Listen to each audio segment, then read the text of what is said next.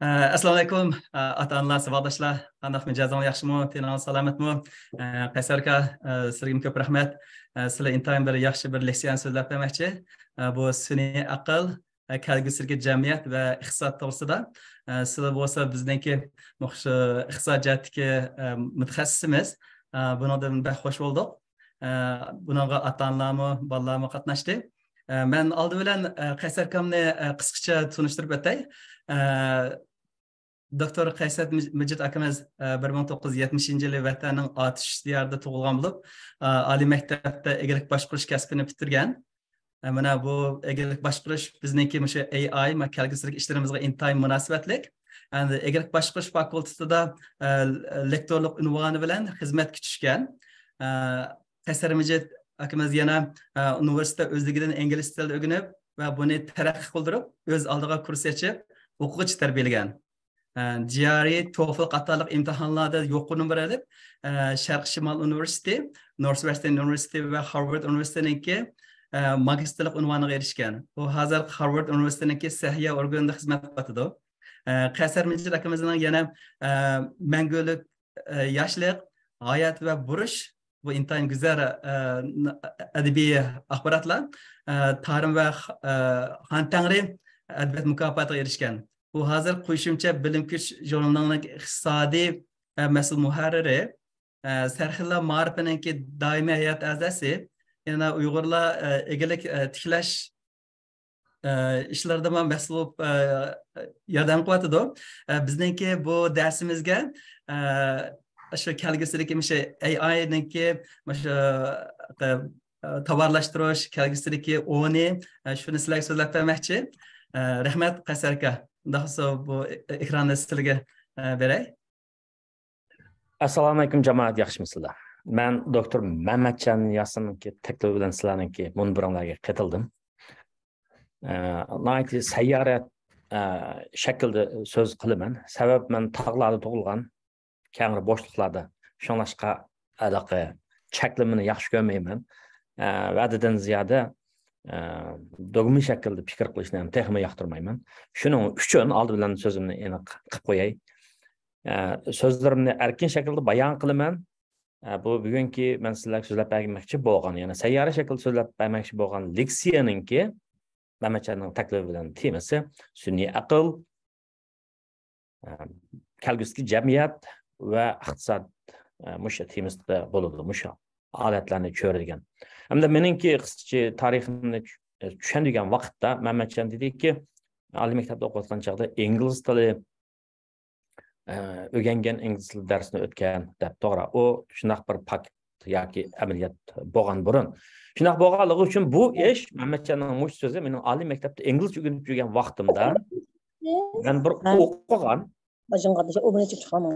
ben o'qigan bir narsani eslatdi. O'qishni eslatdi.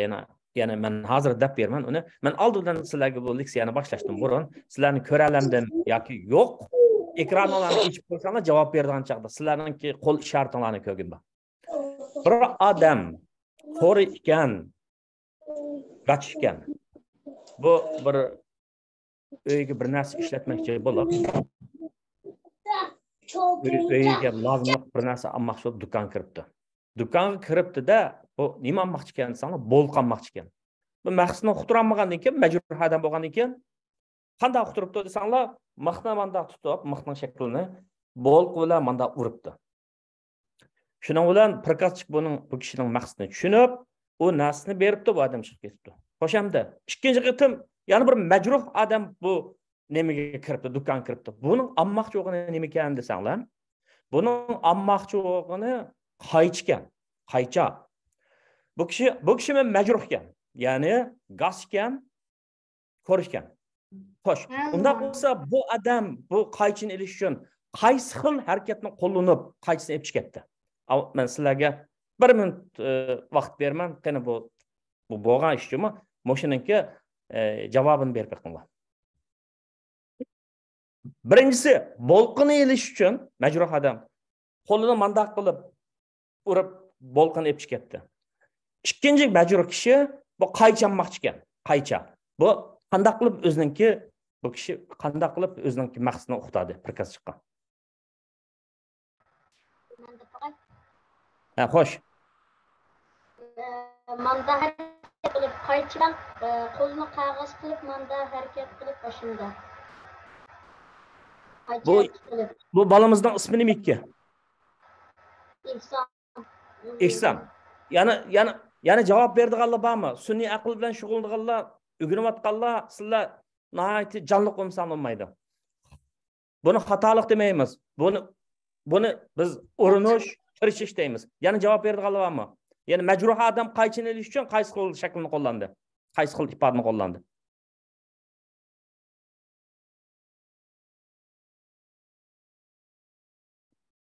To'rt odam bormi to'pda? Xo'sh qani. Mehmetcha o'zingni deb qilinglar. Daniyar so'zlayapti, Daniyar.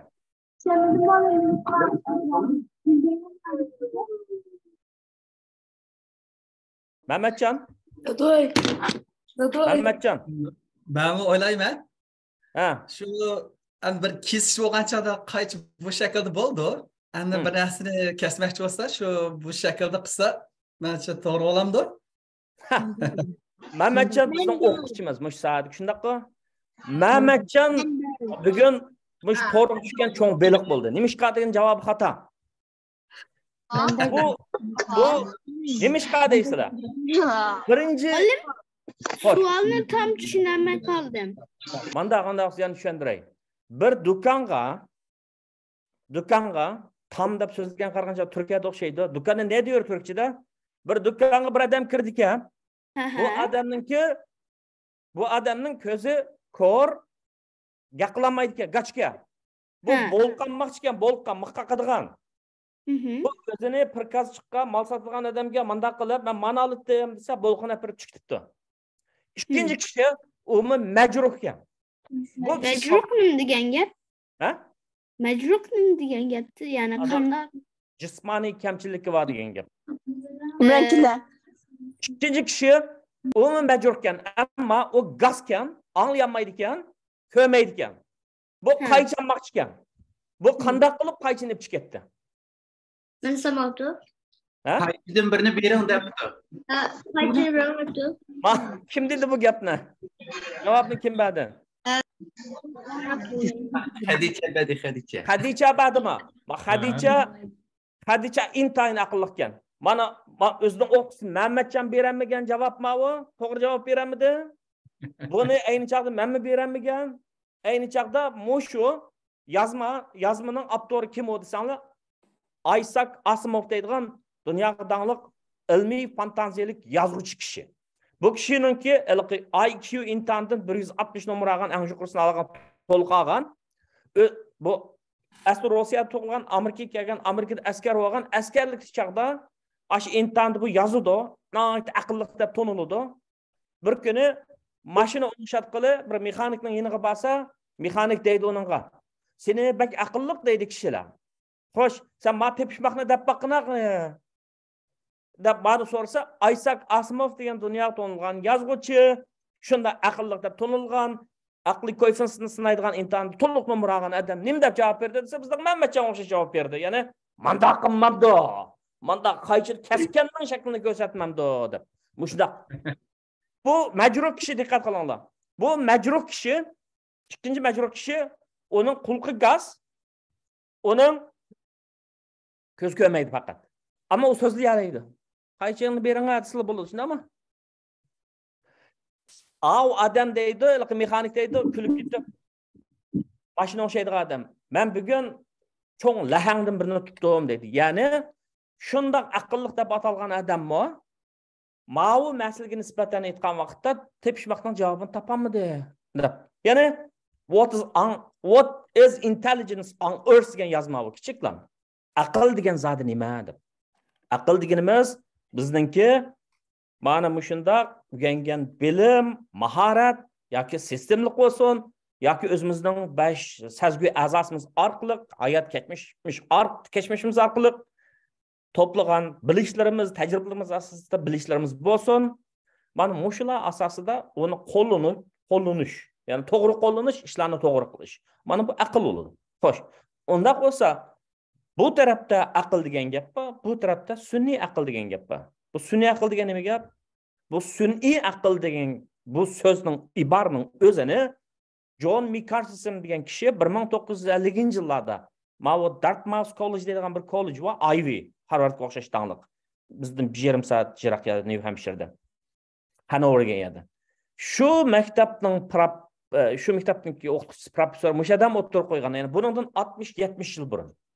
Bu eng dastlabda sun'iy aql degan, ya'ni shundaq bir bilimlarga tayinib, kompyuter bilimlariga bunga tayinib turib, biz odamlarning aqlining o'rnini oladigan shundaq bir xil idroklik qila oladigan, ma'lum vazifalarni o'rinlay oladigan mashina odamlarni yasagan bo'lamdi deb. 56-yili shu narsa o'tirib qo'yilib, shu ibora ishlatilib, andan keyin dastlab gap tushdi. Andan keyin kishilar qiziqish qo'zg'aydi. Andan bir turkum kishilar shuni qo'ydi bo'ldi. Har xil tasavvurlar, farazlar asosida boshqalarning o'sha temada izlangan qarashlari haqida ba'zi odamlar uni yig'ib, asalning jabrini yig'gan o'xshash yig'ib, oxirida har xil maqolalarni yozadi. Andan keyin ishlarning taraqqiyoti shunday bo'ladi. Andan keyin nima bo'ladi? Buni mundaq bir qaltis ishlatgan visionary deb qo'yamiz, yiroqni ko'rdigan bir korxonachidan birisi qo'pab, buni sinaq qilib baqdi. Ya'ni ideyani ma'lum bir xil birisi kashfiyotga aylantirgan bo'lsa, patent olgan bo'lsa, uni ya sotib oladi, yoki bo'lmasa uni mahsulotga aylantiradi. Shuning bilan bu qanday bo'ldi natijada bu qanday bo'ldi desa, bu xil narsa, bunda bir texnika bütün jamiyatning umumiy qiyofasini o'zgartirdi. Ya'ni kishilar bilan bo'lgan o'tirisidagi ijtimoiy munosabat, iqtisodiy munosabat va hokazo. Shuning bilan birlikda kishilarning o'zininki hayotdagi yashash usuliga ta'sir ko'rsatdi. Masalan, bilim egallashdan tortib doktorlik ko'rinishgacha. Ani yashangan vaqtda o'zininki hojatidan qanday chiqish masalasi to'g'risida. Ya'ni odam uzun umr ko'rib ketgan vaqtda, masalan, balchaqlari bak yordamga kelib ketamgan ahvol aslida ashunda mashina odam deymiz, yoki bo'lmasa yiqilib tushish xavf bo'lib qolsa, muayyan kashf qilingan, ma'lum texnika asosida kashf qilingan odamni o'zini qo'g'daydigan, oldidan signal beradigan shundaq bir ma'lum bir mahsulot deymiz. Mahsulotni ya yeniga tegib olsa, yangi beliga tegib olsa, yoki bo'lmasa bo'yniga tegib olsa, yiqilib tushgan vaqtda meni zaxmlanmasi bo'ladi. Yiqilgan vaqtda, qergan vaqtda odamning badanlari churqilib ketadi, sunib ketgan chiqadi. Xuddi mashinaning ichida nima bor-ku? Bir bunday xalta bor, bunday kuch bilan bir yerga urilgan vaqtda xalta chiqib odamni mashinaning ichidan aynakni bo'sab etilib chiqib ketishning oldini to'saydigan bexatarlik tasmasi, bexatarlik nimalar, xaltasi bor. Shuningga o'xshash mana shundaq narsalarni barliq keltirgan texnikani bilgan odam. Hozir qaraydigan bo'lsak, mushu sun'iy aql degan mushu ibora o'tirib qo'yilib, hozir qadar 60-70 yil vaqt o'tdi. Buni bu sun'iy aql to'g'risida taraqqiyoti 2010-yilda tizib oldi. Ma'lum AI Superpowers degan kitobni yozgan bir odam bor. Lee Kai-Fu deydigan, Lee-Fu shunaqa bir odam bor. Ya'ni New York vaqtiga gazetida buning shu kitobi AI Superpowers, ya'ni sun'iy aqlning darajadan tashqari kuchi degan kitobni yozgan kishi. Bu kishiningki shu kitobi New York vaqtiga gazeti tarafidan eng yaxshi o'qitilgan kitob, eng qizg'in o'qilgan o'qishliq degan bir nom berishgan. Shuningda shu kitobda bu odam sun'iy aql texnikasining taraqqiyotini 4 bosqichga bo'lgan. Qaranglar, 56-yil oy bari ishlatilgan tadqiqotchilar buning qiziqqan, ammo mikyanga damlamisingiz u kakilmagan o'xshash tadqiqotchilarga fond bo'lmasa, pul bo'lmasa, mashinaga gaz bo'lmasa, mangmaganda ular hechni qilamagan, taraqqiyotchi cho'mmagan. O qiziqish yuqori nuqtaga ko'tarilgan 60-70-yillarda cho'kkan, 80-yillarning oxirida yana qo'zg'algan, 90-yillarda internet texnikasining umumyuzlashga erishib yana qiziqqan. Hala 2010-yildan keyin hozirgi mushu bosqichda 2022-yilga kelgan shu 10-12 yil ichida sun'iy aql texnikasida 4 qatimliq to'lqinni boshdan kechirdi. 2010-yili nima desa, internet texnikasi, internetdan foydalanib, Google, bu orqali search engine var izlaydigan. Sun'iy aql ashunga ishlatildi. Ondan keyin 2012-yili o texmo biroz yuqroq pallaga chiqdi. Ya'ni sun'iy aqldan foydalanib, uchur aloqa ishlarga, ondan keyin e'lon san'atga deganga o'xshash. Ondan 2016-yilga borgan chaqda 2016-yilga borgan chaqda o texmo bir yuqori bosqich chiqdi. Bu odam shuni tafsilot so'zlaydi. 2018-yilga borgan vaqtda, ya'ni har 2 yilda bir qatam bir to'lqin bo'ladi sun'iy aql texnikasi jihatda. Ya'ni nimani aqliy shaharlarni barpo qilish, aqliy uylarni barpo qilish bu deganlik uyning temperaturasidan tortib ishlatilgan gazgacha, gaz. Ondan keyin kishilar bilan bo'lgan to'r orqali savdo qilishgacha shuning hammasida, hatto bizning mang'inimizdan tortib yurtimizning so'qishigacha hamma narsa bizning uchurlarimiz mayli uyimizdagi va aqliy telefonda bo'lsin, yenimiz ilib yurgan aqliy telefonda bo'lsin, yoki bo'lmasa ma'o bizningki har xil sazguchi nimalar bor, elektronlik sazguchilar, masalan, nimalarda bo'lsin, ma'o uylarga o'rnatib qo'yadigan ring deydigan kamerada bo'lsin, yoki bo'lmasa to'nglab qoladi bo'lsin, bizning butun faoliyatlarimiz ashunday har xil faoliyatlarimiz saqlanib qoladi degan. Mana sun'iy aql texnikasi mana shu hozir hisoblash kuchining, kompyuterning hisoblash kuchining texnikasining ham tez bo'lishi, uchurlarni tez bartaraf qilishi, ham cho'ng sonli ma'lumotlarning xotirlanishi, odamlarningki o'zininki bütün harakat faoliyatlaridan tortib. Ana shu asosda yig'ilgan sonli ma'lumotlarga asosan ananiki madam manda qilgan o'tmishda yoki mana narsalarni izlagan bu mening qiziqdi deb.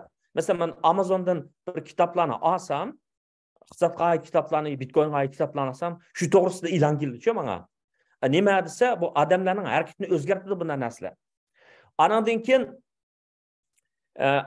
Anadan keyin bu nemisdan AI, ya'ni artificial intelligence deymiz-ku. Bu texnikaninki hozir qo'llanishi nihoyat umumiy yuzlik bo'lyapti. Ya'ni sonliq ma'lumotlar, nurg'unlagan sonliq ma'lumotlar asosida xususlarning, shirkatlarning, hukumat aparatlarining hammasining qilmishlari xotirlanib qolgan bu sonliq ma'lumotlardan foydalanib hukm chiqarish, tanlash ilib berish, o kishilarning qilmishlarini o'zgartirish jihatda bu sun'iy aql texnikasi hozir dunyoda umumyuzlik bir inqilobni barliq keltiradi. Mundaq aytgan vaqtda biz iqtisodshunoslar 18-asrda barliq kelgan par mashinasining texnikasini sanoat inqilobini barliq keltirdi deb qaraymiz. 18-asrda barliq kelgan elektr bo'ldi. Elektr texnikasi, elektrda tok chirog'i bo'laning 18-asrda par mashinasi, 19-asrda elektr, 20-asrning oxirida kompyuterning umumlashishi, 21-asrda bu 21-asr sun'iy aql texnikasiga mansub bo'lyapti. Ya'ni Amerikada PricewaterhouseCoopers degan bir maslahatchi shirkati bor. Maslahatchilik shirkati deydi-ki, mo'lcharma bu 2030-yilga borgan vaqtda sun'iy aql texnikasidan foydalanib yaratilgan umumiy boylik 16 trillion bo'ladi deydi. 16 trillion boylik, dollar qiymatidagi bu boylik, bu Xitoydagi bir davlatning hozir dunyoning iqtisodiy 2-o'rinda turibdi deymiz. Shuning bir yillik 1 milliard 400 million odamningki ishlab chiqargan boyliqqa teng degan gap. Ya'ni bu nihoyat cho'ng bir baza. Ya'ni 2030-yilga borgan vaqtda sun'iy aqlningki texnikasining umumiylik har qaysi sohalarga kirishi deganimiz yezigilikdan tortib ishlab chiqarishga, sanoatgacha, hatto mulozimatgacha, masalan, bankka, uchur aloqa degandek narsalar va hatto ishlab chiqarish deganimizda mashinalarning ishlab chiqarilishi, avtomatik hozir shunaqa narsalar barliq keldi-ku. Avtomatik mashinalar avtomatik holda har xil uchurlarga nisbatan rolni, suratni o'zi tanishib mangadigan. Adam haydamasa mashina haydab mangadigan. Ammo bir narsani deb qo'yay, men o'zim kishini sun'iy aqlga manasabga ishilib ketmayman-ku. Agar shuna mashina olib qolsam, olmayman uni. Olib qolsam, men cho'qim o'zim rolni tutaman. Mani deb qo'yay. Xo'sh. Ammo aning qiziqadigan odamlar bor. Aning qiziqadigan odamlar nima desa, egizlikdan qo'rqaydi, ammo ayblanib chiqish qamroq. Diyabet kesilib bo'lib qilishdan qo'rqaydi, ammo lekin shika asalni bak yeyishga amroq, tatib turib yeyishga amroq deganga o'xshash. Demak, bu odamlar sun'iy aql texnikasining bundan keyingi taraqqiyotining bizga akiladigan har xil ta'sirlarga nisbatan jamiyat, davlatlar buningga inkas qaytardi. Shunga nurg'un big data deb qo'ydi. Big data deganimiz nəhayət köp yığılған sallıq məlumat. Bu sallıq məlumatlarını hazırki gündə ixtisasşünas nima deydi desa, bu big data is big new oil deydi. Yeni neft, yeni gaz deydi. 19-cu əsrin axırları, 20-ci əsrin başlarında dünyada barlıq gələn çoğ baylar neft sahəsində, yəni təbii mühitdəki yer tükünü qızıb, neft çıxırıb, gaz çıxırıb satqanlar bay bolğan bolsa, hazır mana bu sallıq məlumatlarını, uçurlarını qandaq yığıb, nima məqsəddə işlətib, qaysı xil. Yəni nima məqsəddə işlətib deganimdə adamlarınki uçurlarını, iste'molchilarning uçurlarını, məsələn, faylasuflar adam desa, ixtisosshünaslar adamni adam deb qaramay, iste'molchi deb qaraydi. Yəni bular bu qaysı xil adamlarning harakatlari qandaq, bular nimaga qiziqdi? Muşunun asasen nimişlerini qilishimiz kerak. Bularning qanday ehtiyoji bo'ladi deb bu to'g'risida nurg'un tadqiqotlar ilib beriladi. Jamiyatning taraqqiyotiga o'zgarib, agishib bu sun'iy aql texnikasining qo'llanishi har turli bo'ldi. Masalan, 2022 yil 11-oyning 13 kuni San Fransiskoda OpenAI deydigan bir shirkat, ya'ni ochiq sun'iy aql deydigan bir shirkat bir ChatGPT degan narsani o'tirib qo'yamiz dedi. Bir hafta 10 kun bo'ldi, butun dunyoda mush xabar. Ular shuni sinab baqdi. Bu sun'iy aql, ya'ni kompyuter bilimlaridan foydalanib, odamning aqlini o'rnini bosadigan bu shunday bir shaylarni barliqqa keltirish orqali foydalanish.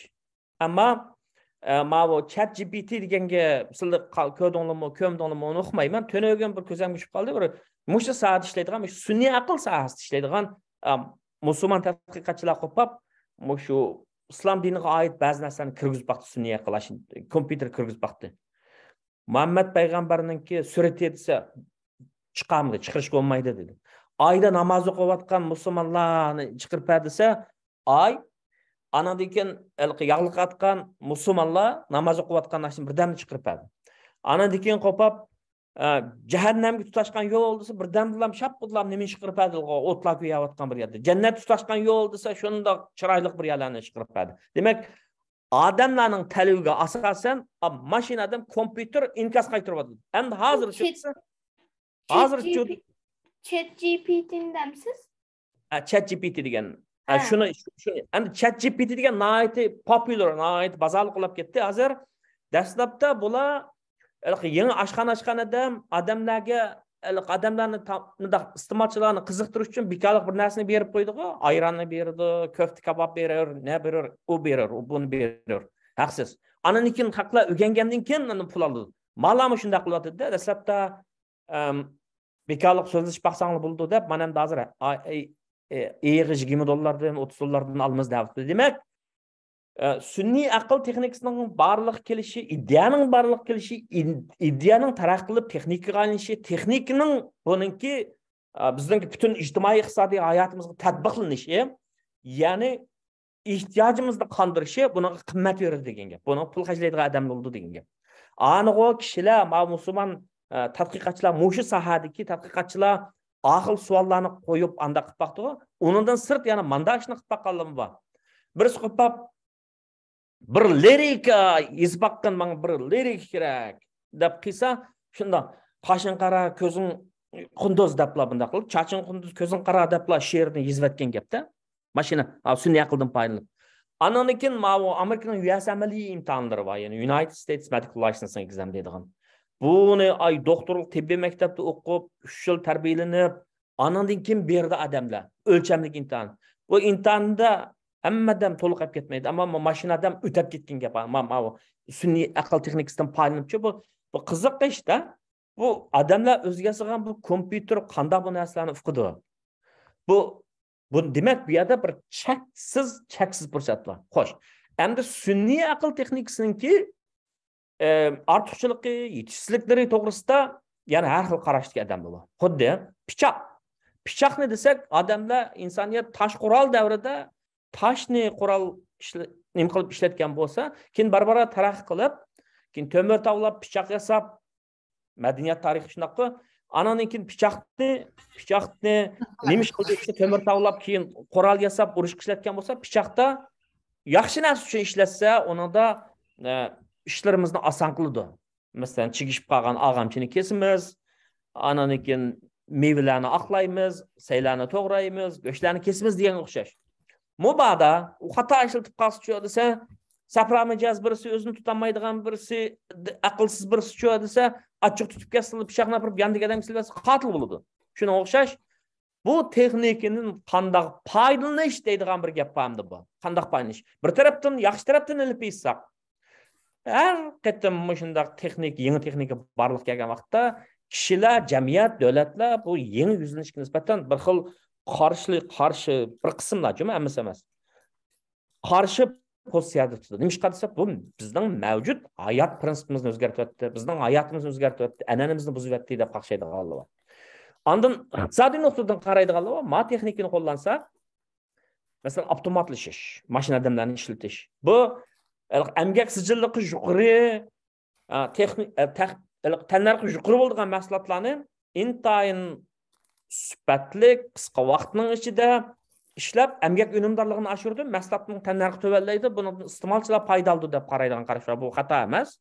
Ammo bu mashina odamlar bu nimalarni egallab olsa, bu mashina odamlar odat ishlaydigan odamlarning xizmatlarini egallab olsa, ular ishsiz qolmamdi deb qaraydiganlar. Umuman aytgan vaqt ixtisoslashlar har bir qitimliq texnikalik o'zgarish yuz bergan vaqtda bu yangi texnikalarning odamlarni umumiy shu sohalarda, shu texnik ta'sir ko'rsatgan sohalarda ishsizlar sonining ortib ketishi emas, ishlar shu ish qurilish sonining oshganligini deb kelishgan. Masalan, par mashinasi barliq kelgan vaqtda, keyin o poyez, zavod, fabrikalarning barliq kelishini barliq keltirdi. U bir qism dehqonlarni sanoatlashgan ishchilarni bag'aylandırganda, dehqonlarga qaragan chaqda, yatergan odam qaragan vaqtda bir nima ishlab chiqargan mashliq odamlarning hal kuni yaxshi demoqchi.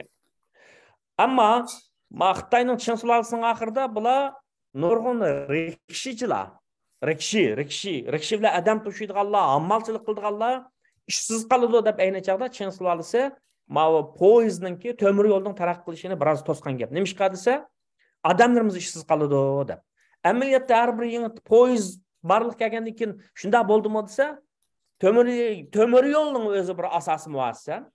Uning pul xarjlaydigan gap, nurg'un odam uning ishlaydi. Poyezd bo'lsa, qatnash transport ravonlashsa nima bo'ladi? Moddiy ashyoning to'shilishi tez bo'ladi, odamning to'shilishi tez bo'ladi. Amaliyot shunday bo'ldi. Ya'ni asosiy muassasalar yaxshi bo'lgan infrastruktura deydi inglizchada, bu jamiyatlarning taraqqiyoti tez bo'ldi. Andan keyin haqlar ishlab chiqarishdan mulozimatga yo'tkaldi-da. Ya'ni iqtisodiy qurilmada bir davlatning milliy daromadining yaratilishida aholining emgak kuchiga ega aholining ko'p qismi, ya'ni 16 yosh bilan 65 yosh atrofidagi jismoniy quvvati va emgak qilish iqtidoriga ega odamlarningki xizmatlari mulozimat sohasida, ya'ni ko'k yoqliq deb qo'yamiz, ya'ni jismoniy emgak qilib terikchilik qilishdan oq yoqliq deb qo'yamiz, white collar deb qo'yamiz. Aqliy emgakka tayinib terikchilik qilishga o'zgardi. Bu jamiyat ashunday taraqqiy qildi-ku. Shunga bu par mashinasi, elektr texnikasi, elektrning paydo bo'lishi, andan keyin elektr bo'lgach kompyuter bo'ldi deymiz. Bu kompyuterlarning paydo bo'lishi, kompyuter texnikasining paydo bo'lishi bu jamiyat nurg'un yangiliklarni olib keldi, masalalarni olib keldi. Masalan, kompyuter texnikasi 90-yillarning oxirida o'mlashga boshlab, bu asrning boshlarida B2B deydigan, business to business, andan keyin B2C deydigan narsalar, business to consumer deydigan bu shunday bir narsalarni barliq keldi. Kishilar tor orqali, ya'ni kompyuter texnikasidan foydalanib, har xil shirkatlarni qurdi. Amazonni deysizlar, masalan. Shu tor orqali tijorat qilib kunini yaxshilagan odamlar bo'ldi. Ham mana qaraydigan bo'lsanglar, internet, telefon, telefon deydigan narsalar butun dunyo miqyosida odamlarningki hayotiga jiq o'zgarishlar olib keldi. Yaxshilikmi bor, yomonlikmi bor. Xuddi pichoqni abaya ochiqni o'zining ochiqini tutamagan odam birisiga sap qo'yganda ma texnikani yomon niyatdagi odamlar foydalanib ketib qolsa, yomon niyatdagi yoki shum niyat hokimiyatlik davlatlar foydalanib ketib qolsa, bugun xalqning erkinligini bo'g'di, ular zulm qildi. Masalan, hozir bizning beshimiz kelayotgan ishlar. Xitoylar shuni foydalanib ketdi. Ma sunniy aql, masalan, yuz tonish, ovoz tonish, ya'ni chiroy tonish, ovoz tonish, speech recognition degan bu shu. Ammo barmoq iziga burun batug'i Ma'u narsalar bu xil jamiyatni nazoratga elish, anikin odamlarning qilmishlariga nimani ko'rdi, nimani o'qidi, qaysiniga baho berdi, yurak berdi yoki barmoq berdi, qaysini mandaq qildi, ma'nan qarab turib, odamlarningki o'y, fikri, idisiga qarab turib, ma'u mening hokimiyatimga ziyonli ekan, menga dushman bo'ladi ekan deb oldidan bir xil gumon bilan ularga zulm soldigan ishlar bu şu sunniy aql texnikasining xato holda foydalanish bo'ladi-da. Ya'ni John texnikasi deymiz. John texnikasi uchidigan odamsiz mashinalar, aeroplanlar. Bular uchib afat bo'lgan yerlarga moddiy ashyo yetkazsa, yoki shularning rasmlarini, tog'liqlardagi xarobliklarda chat yoqi joylarning narslarini uni avvalsa, suratlarni avvalsa, o yaxshi. Ammo uni apırıp adamlardan nazaret kılıdığan bir gün adamlar bomba taşıydığı iş kısa o yaman bulur. John teknikası. Annekim bu nazaret kılış sistemi dediğimiz bu. Avaz tonuş, annekin çıray tonuş arkalık adamlarını türlerge, milletlerge, erikka, o bunu ayırıp ular nispeten diktatörlük yürgüzüş. Bu onun açar tarafları. Anadinkin cemiyet degende her xil iddiyatik adamlar oldu, asker adamlar oldu, cinayetçi adamlar oldu. Bula o şu teknikini hata yolu paylanıp ketip kalsa. Mesela sunniy aqldan paylanıp vahime salsa, anadayken hackerlik qilsa, kishilarning shaxsiy uyushtiruvlarini o'g'irlasa, yoki bo'lmasa xalqlarning ovozini do'rab, xalqlarning chiroylarini kirishtirib, undan film ishlasa, tuhmat qilsa, ovozini yasab, yomonlik qilsa, bu jinoyat ketadi. Shunga bu to'g'risida bu sunniy aql texnikasiniki bu yomon taraflari. Endi yaxshi taraflari nima degan vaqtda? Yaxshi taraflari sunniy aqlni obdan taraqqiy qildirsak, nurg'un mahsulotlar barliq kelsa mana anglanglar, mana avval idea, odamlarning tasavvuri aman reallikdan ustun turadi. Masalan, sizlar Uyg'urlarning daston cho'chaklarini o'qiganlar o'rtoqmoq cho'chakini anglaganmi, uchargilam hikoyasini anglaganmi? Ashular tasavvur. Yaman chaqib kelgan vaqtda malika nimaga o'ltirib, gilamga o'ltirib uchib ketdi. Bu doston cho'chaklar qachon barliq kelgan? Balkim O'zxon davrida. Balkim Mahmud Qashqariyning davrida, ya'ni 1000 yillab ilgari. O chaqda elektr dunyoni tasavvur qilish, mandaq tasavvur qilish yo'q gap. Ammo shu chaqda bir narsa osmonda uchidi. Chunki qushlar osmonda uchadi emasmi? Burgutlar osmonda uchadi emasmi? Shuni qarab turib, gilam uchsa ekan, shunday bir mo'jiziyat bo'lsa ekan deb kishilar shuni tasavvur qilishgan. Odamning tasavvuri aman reallikdan ustun keldi. Mana endi sizlar 80-yillarda, 90-yillarda balkim hali kinolarni ko'rgan bo'lgan, juchaqlarda ishlangan kinolarni, masalan, Terminator deydigan, Arnold Schwarzenegger deydigan bir kino artisti bor. Ashula Terminator degan kinosi bor, narsalarni shunday yomon. Anandikin Superman degan kinoni ko'rganlar esinglarda bo'lishinlar mumkin. Uchar odam yoki darajadan tashqari odam deydigan kinolar. Ammo shu kinolar 80-yillarning oxirlarida ko'rganmi, Xudoy, mana shunaqa chaqlarda ko'rgan. Ashunday odamlarni uchirib, anandikin yaxshi tarafdan tasvirlab, ashuna qilib, yomon tarafdan tasvirlaydiganlar bor. Ya'ni mashina odamning ochiq tutib ketsa, kontroldan chiqib ketsa, o olamni ma'lum qilib, mandaq qilgan vaqtda shu AI sunniy aql texnikasidan agar xato paylanib qolsa, qiyomat qoyim qiladigan shular qiyomat qopmamdi deydigan, ammo shunday andishlar. Ammo yaxshi tarafdan aytgan vaqtda mahsulotlarni ehtiyojga qarab ishlab chiqarish, vaqtida ishlab chiqarish, jiq ishlab chiqarilib, uni ambarda saqlamay, bunday vaqtda o'rin oladi, tanlar qilib ketadi. Televiga qarab turib, masalan, biraz mashina olaman desa, Toyota olaman desa, Toyotaning to'rbitiga kirib, uning rangini mandığını alaman dese şu boyunca qilib berdim. Şu just in time, yani ihtiyacı qarab turib, talabga qarab turib shu vaqt qilib berdi ashlar. Mana shu sun'iy aql texnikasininki keng ko'lamli qo'llanishi turmushda mana bu shundaq nimalarni olib keladi? Osonliklarni olib keladi degan gap. Anadan sirt nopos umumiylik qeyrilishyapti. Yashinish qarab yuzilyapti. Yani dunyo ko'lrangli kuchayapti mana chaqirgan vaqtda, yani chashlar oqagan, ko'lranglashayotgan, qo'pqar emas. Anadan keyin yoshlarning soni ozayib menyapti. Bularni taraqqiy qilgan allarda shunday. Unda bo'lsa, ularning hojatidan kim chiqish kerak? Ularning hojatidan chiqadigan yoshlar bo'lmagan sharoitda mashinadan chiqish kerak deb. Shuni robot, artificial intelligence, robot deganimiz bir mashinadan uning programma, kompyuter programmasini o'rlashtirib qo'ysa, shu o'zining ishini qiladi. Shunami? Masalan, manda kebab pishiradigan, andan keyin onu buni to'shiydigan, bu texnik bunday narsalar barliq kelib ketdi. Bizning topimizda men bir necha qarindoshimizni taklif qildim. Bularning birisi Uyg'urchi bu. Bularning birisi hozir ismini demayman. Osmonda ayblab chiqqan odam, bala yigit, yosh. Mening yeshimning yerimga keldi ishi. Andan sirt mashina adam injeneri. Anam bunun işimizde yani karxançılarımız mı var? Ben taklif qilganlarning ichida, mening ichida. Bular nima deydi desa, sizlardek yoshlarningki mushu sahada qiziqib, oxirida tasavvurlarni reallikka aylantirib, men Mamatjon muallimni hurmatlab, Mamatjon muallimningki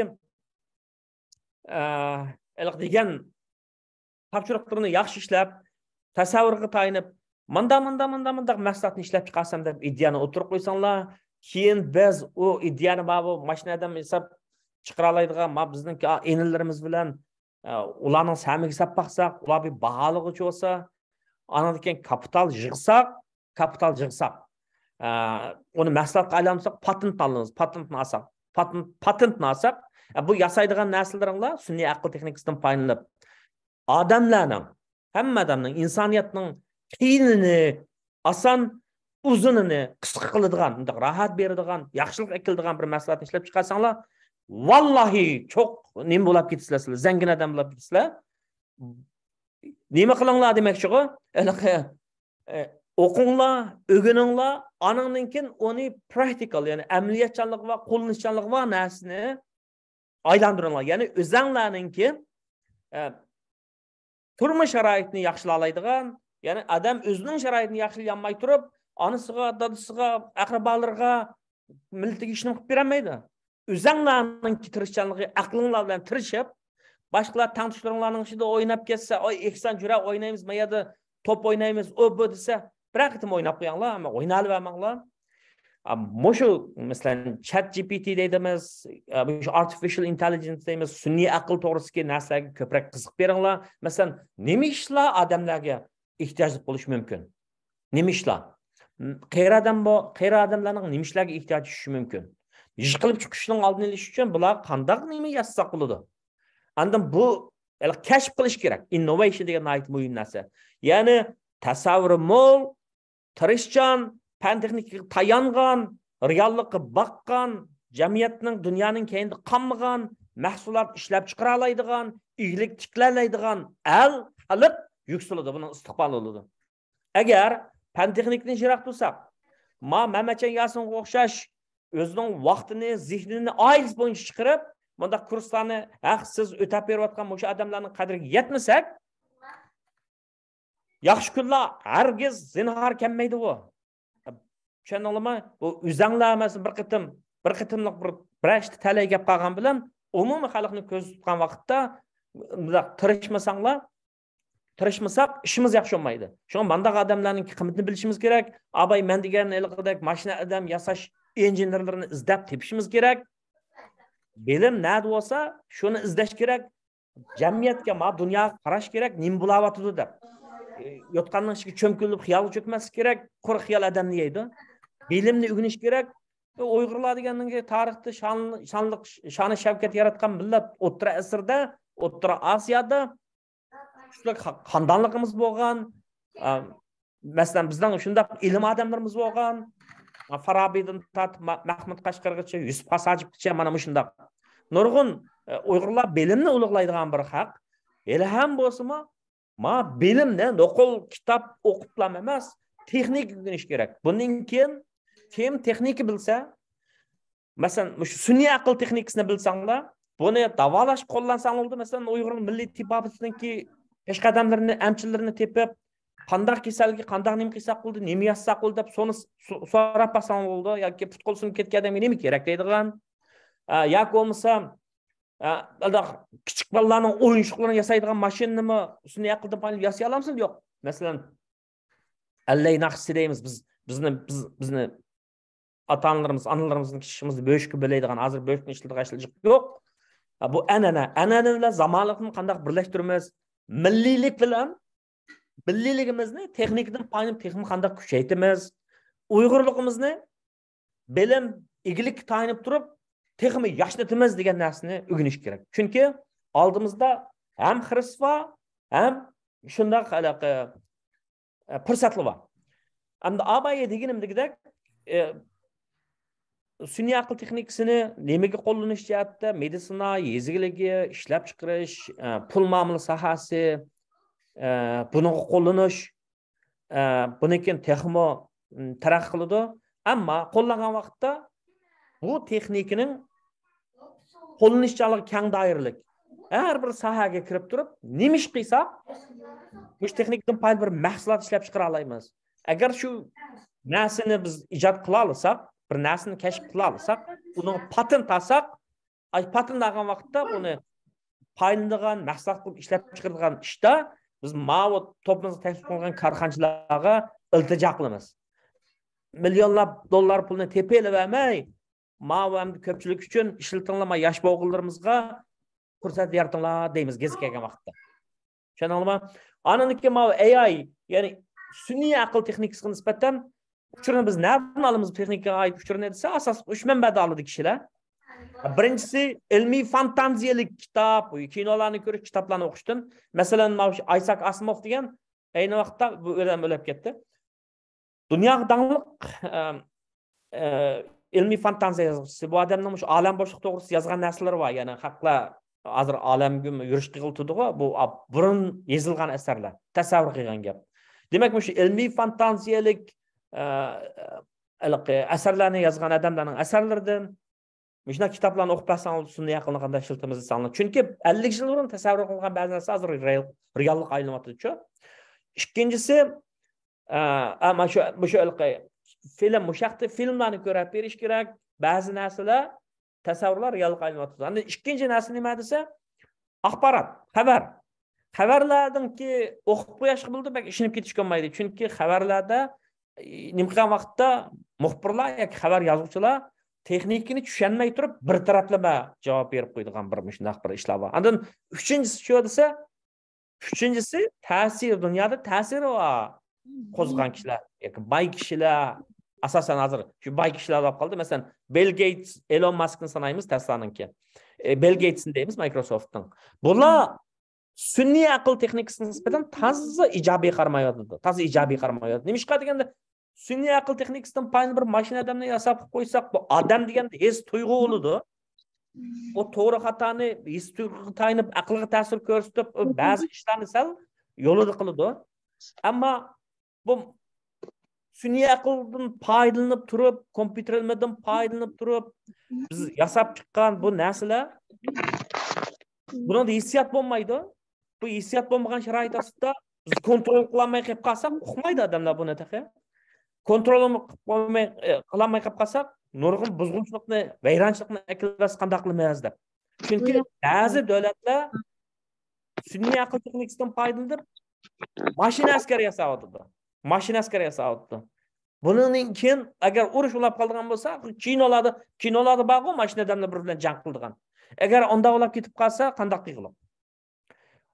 İnsaniyatga balo bo'ladi deb qo'rqib qolishlar. Demak, Elon Musk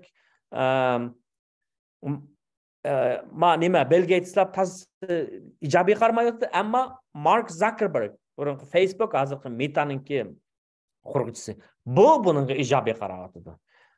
Ya'ni nima degan vaqtda bu texnika anda qildi, emgak unumdorligini oshirdi, odamlarning qiyinni oson qildi, deganga o'xshash shunday ishlar. Shunga bu bir yangi texnika. Men sizlarga deb berdim, 21-asrning texnikasi shu. Texnikada oldida mangan odam. Ya'ni bir gap bormi? Kim burun 20-asrda shu var, kim neftni kontrol qilsa, shu dunyoni kontrol qildi degan bo'lsa, 21-asrda kim sonliq ma'lumotni kontrol qilsa, shu dunyoni kontrol qildi degan bo'lsa, mana endi hozir bu o'zgaryapti. Nima deb o'zgaryapti desa, kim sun'iy aql texnikasini oldida kontrol qila olsa, shu dunyoni so'raydi deydi. Bizda unda haddidan ziyoda bo'yimizdan Türklerin kinosi bakkan o. Boyundan üstünge kalkışmayın deb. Şunama ya. Laflarga, büyük laflarga söylemeyin deydigan gaplar bakkan o. Boyumuz yetmeydigan narsaga esilmaymiz, ammo bizda tasavvur bo'lish kerak. Ya'ni texnikani egallab dunyoni kontrol qilamiz emas. Texnikani ilgirlab o'zimizni kuchli qilamiz, Uyg'urlarni kuchli qilamiz, o'zimni kuchli qilamiz. Xizmat fursatlari yaratma. İlgilik tilayman karxancha akıllar bilan, nadlar bilan birlashib mahsulot qilamiz. Uyg'ur markalik mahsulotni ishlab chiqaramiz. Bütün insoniyatga yaxshilik qilamiz. Og'riqlarga shifoli bo'ladigan, hojatmanlarning hojini ravo qiladigan mandan mahsulotni ishlab chiqaramiz deydigan bundan niyatni cho'qim yurtinglarga qilinglar. Alloh niyat qilgan ham tirishgan harakatda barakat. Shuma tirishgan odamlarga beradi. Shunlashqa birincisi sizlar yosh, ko'pincha yosh ekansizlar qarasam, o'smirlar tursizlar. Sizlar boshqa narsani unutib qolsanglarmi, kino ko'rish, televizor ko'rishni unutib qolsanglarmi, darsni unutmanglar. Hammacha ma'lumninki qadriga yetinglar. Yaxshi odamlarning qadriga, yaxshilarning qadriga yetish kerak. Anandan keyin bilinmagan ustozlarimizni hurmatlab, bilmaganni so'rab, yangi tasavvurlarni o'tirib qo'yib qilsanglar, ma'lum mazgildan keyin sizlar yasab chiqqan mosh texnikadan foydalanib, aranglarda ba'zilarini uzib chiqsizlar. Cho'qim uzib chiqsizlar. Bu uzib chiqqanlar bir patent iltimos qilsanglar, agar muvaffaq ko'rsak, karxanchilarni topamiz.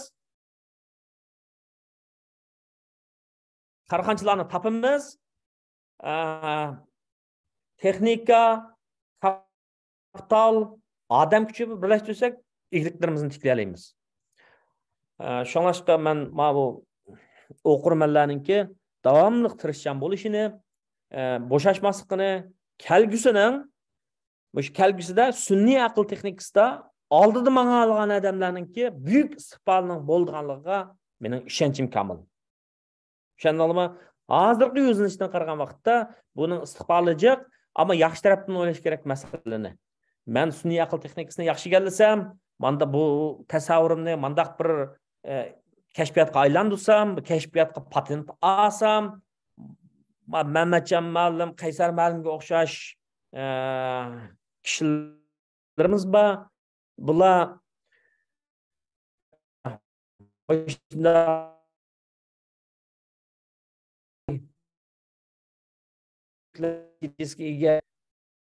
adillarimiz bilan so'zlashib, 10% bassa, vallahi ishlar ne güzel oluyor. Deysizlar, qarasam ko'p Turkiya ekansizlar. Shoma gapni deb qo'ydim. Inshaalloh yaxshi bo'ldi, ammo texnika jamiyatni to'xtamay o'zgartdi. Biz hech nima uning oldida hech nima qilmaymiz deb emas, shu do'lqinga menib, shu do'lqinga agishib menib, uzib, o'zimizga xos bir xil ruh bilan, o'zimizga xos o'zimizning nisbimizni tepib yalsak, nəhayət yaxshi ish. Bilim egallashdan maqsad shu. Agar o'qing, bilim o'rganing, lekin o'zingizning turmushni yaxshi qilamisangiz, o qumliqqa uruq chachqandek ish bo'ladi. Shunga men ko'pchilikninki umidvor bo'lishini, aktiv bo'lishini, aktiv ruhdagi odamlarga yaqin turishini, ustozlarni hurmat qilishini, davomli bilim yo'lida izlanishni. Nima deydi? Bilim izlagan odamning muqaddas kitobimizda bor. Bilim o'qigan odamning rizqi o'qimagan odam qarg'ancha ona ustun bo'ladi degan gaplar bor, necha ustun bo'ladi deydigan. Qaranglar, demak, yaratqushninki ta'limotimi shu, tabiat qonuniyatlarining tabiatning o'zguchli qonuniyatlari va mush qonuniyatlarni bayqsak, topsak, Andan keyin buni biz insoniyatga foydali bir mahsulot ishlab chiqarishdan xulosalasak, ishlar çok katta oluyor. Qanday? Men mushunchalik so'zlayman, Mamatjon. Rahmat, Qaysar aka shundoq yaxshi so'zlab berdilar. Shu sun'iy aqlniki tarixi nuqtadan tortib hozirgacha jamiyat kelgusi to'g'riliq shundoq yaxshi bo'ldi. Bu bizga intan yaxshi bir bilim bo'ldi, chunki burun jamiyat haqiqatan asta o'zgargan bo'lsa, hozir jamiyatniki intan tez o'zgarib, har 2 yilda bir o'zgarayotganlik to'g'riliq bir o'zgarish intan yo'q. Taraqqiyotmi shundoq bo'layotganligini yoda insonlarning o'rgangansiri ularni insonlarning o'zgarish intan zarur bo'ldi, to'g'ri. Endi haqiqatan intan salbiy qarash, ijobiy qarash har xil nima bor. Bu beh yaxshi. Endi xilji qadamni qo'l ko'taryapti. Ulardan savol so'rasa bo'ldi. Sizdan men bir savol so'ray deb 2 savolim bor. Aldıdan ben aşın sarabqa kendini qormanlardan anlıqçılardan so'rab baxsaq. Birsi qazi jihatdan o'tgan chaqda haqiqatan shu darslar nimaninki sun'iy aqlning o'zgarishi baxtsiz bo'tadi. Har 2 yil bir o'zgarib men universitetda professor bo'lib dars o'tgan vaqtimda bu darslarni 10 yildan buyon o'zgarmay kelyapti bu darslar. Endi bolalar haqiqatan buningga jamiyat chiqsa, bu yangi taraqqiyotga o'rganmagankin, ular yangilikni ko'pincha o'zligida o'rganish kerak ekan. Mana o'quvchilarimga nahayat ozdamdi.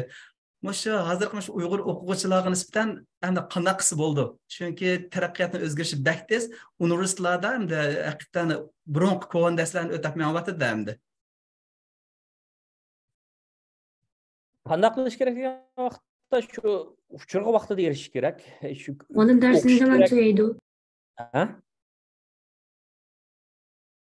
Hozir savol javob. Men demoqchi bo'ldim. O'qish kerak, tushunish kerak. Ba'zi narsalarni o'qib tushunga bo'lmaydi-ku.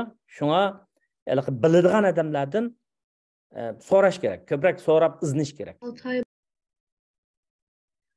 Shunga bu texnikadagi o'zgarish, taraqqiyot va ustidan ba'zi narsalar texnikalik, uning bilan savimiga yetmaydi.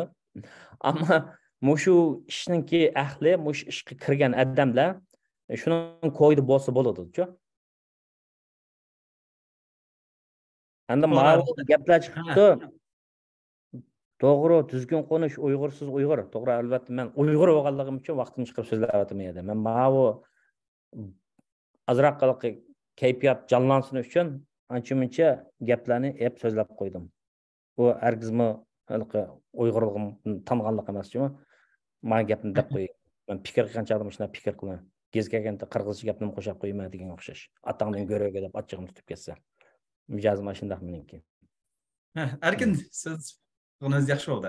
Dedim dastlabda askartim-ku, men erkin so'zlayman deb. Qaysar aka, majruh degan gapni uyg'urchaligini o'qimaydi odamlar o'xshaydi, shunga degan gapni. Majruh deb uyg'urchada bor gap-ku. Majruhda uyg'urcha gap-ku. Majruh deb